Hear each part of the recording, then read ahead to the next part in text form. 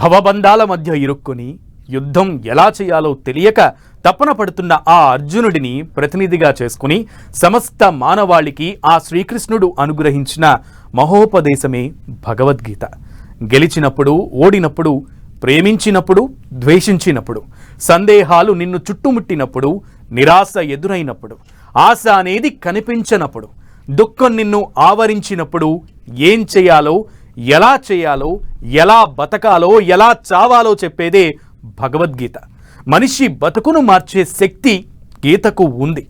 కృష్ణుడు మానవాళికి అందించిన ది పవర్ఫుల్ పర్సనాలిటీ ట్రైనింగ్ ఏంటో ఇప్పుడు చూద్దాం.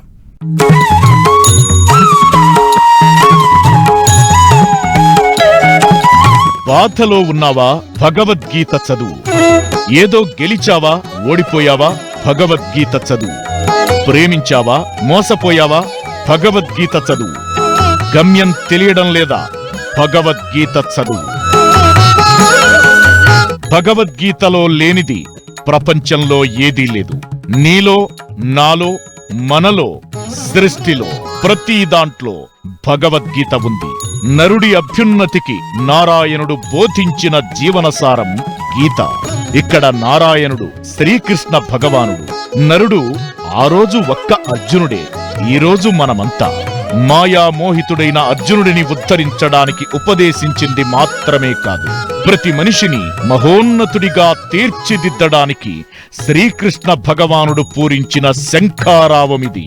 అర్జునుడిని శిష్యుడిగా ఎంచుకుని తాను ఆచార్యుడిగా ప్రామాణిక మానసిక వికాస సూత్రాలను అందించాడు.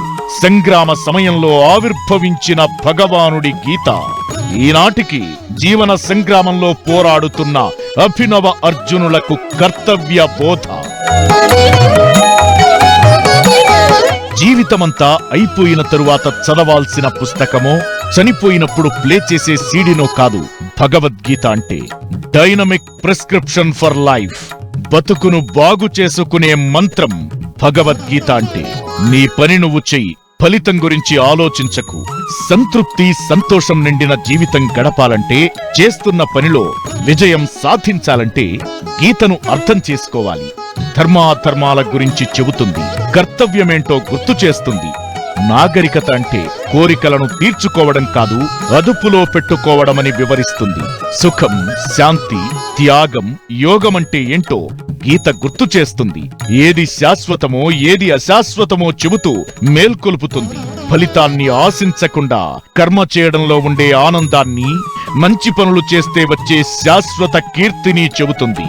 భగవద్గీత సర్వమానవాళి కోసం, నిన్ను, నన్ను, మనందరి గురించి మాట్లాడుతుంది భగవద్గీత.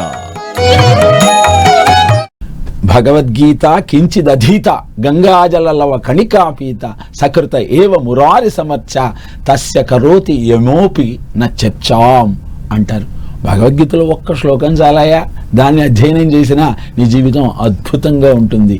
ఒక శ్లోకం ఒక రోజు తీరుస్తుంది నీ శోకం ప్రతిరోజు. కనుక శ్లోకాలు ఎన్ని మనం కంఠస్థం చేసి, ఎన్నిటి యొక్క విజ్ఞానాన్ని మనం జీవితానికి అన్వయించుకొని అద్భుతమైన జీవనాన్ని గడపగలుగుతామో అంత అద్భుతమైన ఆనందం మన సొంతమవుతుంది. భగవద్గీతలో 18 అధ్యాయాలు, 700 శ్లోకాలు ఉన్నాయి. అర్జునుడిని నిమిత్తమాత్రుడిగా చేసుకుని ప్రతి ఒక్కరికి ప్రతినిధిగా భావించి సకల మానవాళికి కురుక్షేత్ర సంగ్రామంలో అర్జునుడికి శ్రీకృష్ణుడు వినిపించిన కర్తవ్య బోధ భగవద్గీత. గురువులను, బంధువులను, స్నేహితులను, సన్నిహితులను చూసి మమకారంతో నీరుగారిపోయిన అర్జునుడిని కార్యోన్ముఖుణ్ణి చేసిన మహా ఉపదేశమిది. జీవితమనే యుద్ధంలో జయాలు, అపజయాలు, కష్టాలు, కన్నీళ్లు, మోదం, ఖేదం తప్పవని, అన్నింటినీ ఓర్పుతో, నేర్పుతో ధైర్యంగా ఎదుర్కోవాల్సిందేననే జీవిత పాఠాన్ని నేర్పించే గ్రంథమిది. వ్యక్తికి స్థిత ప్రజ్ఞతను, స్థిర విజ్ఞతను నేర్పించి అద్భుతమైన భవిష్యత్తుకు దారి చూపించే సాధనం ఇది. ఒక్క ముక్కలో, ఒక్క మాటలో, ఒక్క పేజీలో భగవద్గీతను చెప్పలేం. ఎందుకంటే గీత అనేది హెచ్చరిక, సూచన. ఓ జీవితం, ఓ పాఠం. కర్మణ్యేవాధికారస్తే మా ఫలేషు కదాచన. పని చెయ్యడమే నీ కర్తవ్యం, ఫలితం ఆశించకు. ఫలితానికి నువ్వు కారణం కాదు, అలా అని పని చెయ్యకుండా ఉండొద్దు. ఇది వేదాంతం కాదు, మనిషికి నిత్యావసరం. ఇది వైరాగ్యం కాదు, పాపపుణ్యాల కథ కాదు, ఇది జీవిత సత్యం. ఏమీ ఆశించక చేస్తే వచ్చిన ఫలితం ఆనందం కలిగిస్తుంది. ఫలితానికి నువ్వే కారణం అనుకుంటే గర్వం కలుగుతుంది. పనియే జీవితం. భగవద్గీత ఏ మతానికి చెందిన గ్రంథం కాదు, ఇది కలియుగానికి అందిన వరం. ఎందుకు పుట్టామో, ఎలా బతుకుతున్నామో, ఎలా బతకాలో, చివరికి ఎలా చావాలో కూడా నేర్పించే ఓ మహాగ్రంథం. కలియుగానికి అందిన అద్భుత వరం భగవద్గీత. జీవితాన్ని మొదలుపెట్టిన యువకులు, లక్ష్యంతో పోరాడే విద్యార్థులు ప్రతి ఒక్కరూ గీతను అర్థం చేసుకోవాల్సిన అవసరం ఉంది. ఇంతకీ భగవద్గీత నుంచి ఈ తరం నేర్చుకోవాల్సిందేంటి? పెద్దల మీద ఎలాంటి బాధ్యత ఉంది? గీత జయంతి రోజు ప్రతి ఒక్కరూ తెలుసుకోవాల్సిందేంటి? భగవద్గీత చదవడం అంటే వైరాగ్యం కాదు, ప్రతి ఒక్కరిని లక్ష్యం దిశగా దూసుకెళ్లేలా చేసే ఉత్ప్రేరకమిది. ప్రతి యువకుడు చిత్తశుద్ధితో ఆచరించాల్సిన నియమమిది. ఆనాడు రాగద్వేషాలు అర్జునుడి మనసును కకావికలం చేస్తే, ఇవాళ రకరకాల ఉద్రేకాలు యువతను ఇబ్బంది పెడుతున్నాయి. వాటి నుంచి ఎలా బయటపడాలో భగవద్గీత సూటిగా చెప్పింది. జీవితంలో ప్రతి క్షణాన్ని ఎలా ఉపయోగించుకోవాలో ఉపాయాలను ఉపదేశించింది. అన్ని దేశాలకు, అన్ని కాలాలకు గీతా సందేశం వర్తిస్తుంది. టెక్నాలజీ మాయలో పడి విచలితులు అవుతున్న యువతరం తప్పకుండా చదవాల్సిన గ్రంథమిది, పాటించాల్సిన నియమమిది. గీత అంటే 18 అధ్యాయాలు, 700 శ్లోకాలు కాదు, ఎలా బతకాలో చెప్పే గురువు. యుక్తాహార విహారస్య యుక్తచేష్టస్య కర్మసు వర్తమానం భవిష్యత్కు పునాది. యుక్త వయసులో చేసే సహవాసాలు భవిష్యత్ను డిసైడ్ చేస్తాయి. అలవాట్లు పొరపాట్లుగా మారి జీవితాన్ని దెబ్బతీస్తాయి. బలం ఉంది కదా అని యవ్వనంలో కన్ను మిన్ను కానకుండా వ్యవహరించి జీవితం చేజారిపోయాక పశ్చాత్తాపం చెంది ప్రయోజనం లేదు. ఇదే విషయాన్ని గీతాచార్యుడు హెచ్చరిక చేశాడు.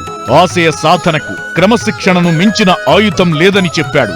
లక్ష్యాన్ని నిర్దేశించుకోవడం ఒక్కటే సరిపోదు, దాన్ని సాధించడానికి అహర్నిశలు కృషి చెయ్యాలి. ఎవరో వస్తారని, ఇంకెవరో ఉద్ధరిస్తారని కర్తవ్యాన్ని మరిచిపోవద్దు.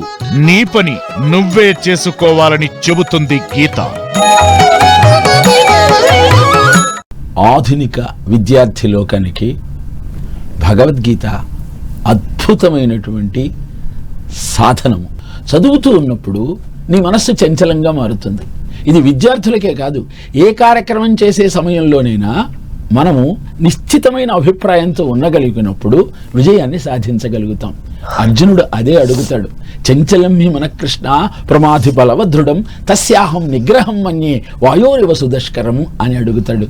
భగవద్గీత నుంచి యువత నేర్చుకోవాల్సింది, పాటించాల్సింది చాలా ఉంది. తనను నమ్ముకున్న వాళ్లను ఉద్ధరించడానికి ప్రేమతో భగవంతుడు కురిపించిన జ్ఞానవర్షం భగవద్గీత.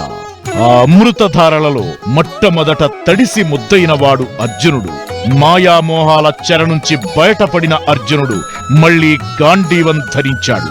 సవ్యసాచి పేరును సార్థకం చేసుకున్నాడు. గీత ప్రభవించిన మార్గశిర శుక్ల ఏకాదశి గీతా జయంతిగా నిర్వహిస్తారు. భగవద్గీతను ఈ జనరేషన్ కు మరింత చేరువ చేయాల్సిన అవసరముంది. ఈ తరానికి అర్థమయ్యేలా, అర్థం చేసుకునేలా ప్రోత్సహించాలి. ఇది ప్రతి ఒక్క పెద్ద బాధ్యత. బతుకు కోసం పరుగులంటూ పిల్లలను రేసులో నిలబెట్టడం కాదు, బతుకంటే ఏంటో చెప్పే భగవద్గీతను పరిచయం చెయ్యాలి. గీతను చదివించాలి, రాతను మార్చుకునేలా చెయ్యాలి.